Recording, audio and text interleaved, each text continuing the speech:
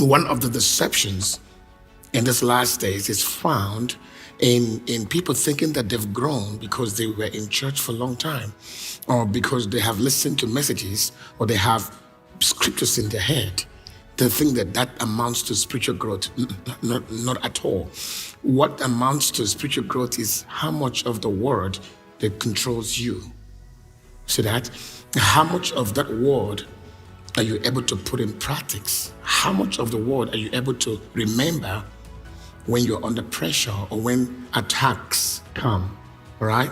It could be a mental attack. It could be physical attack. It could be any form of attack. Whatever source where it comes from, the moment attacks come and you remember scriptures and you do and act by scriptures, you've grown. So being in Bible study does not implement growth. Now, in a secular system, you know that in the natural, you grow in the natural, like in offices, for instance. If you're in a company or a system that people grow, or people grow in ranking, or they increase in position, or they're like companies that work under what I call promotions. You see, being regular at work and being consistent at work and delivering your job excellently could amount to promotion. So people bring that mentality to church, thinking that if you come to church as often as you can and abide by the rules and regulations, just like you're coming from a professional background, you think that by so doing, you are now ready and mature for spiritual promotion. No.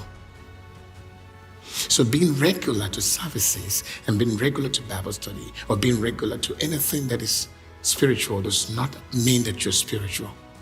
Spirituality is found when the word of God is the authority that controls you. When the word of God has overcome your personal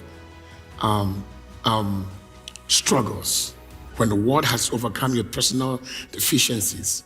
All right? So that's a sign of growth. So spiritual growth is not necessarily being regular or being consistent, by policy, or putting up or keeping up with policies. Right? Does not imply spiritual growth. Spiritual growth is when the word of God is the authority that governs your emotions, your intellect, your thoughts, and your entire conduct. Right? So that's a sign that you've grown. Because everybody has a certain level of struggles.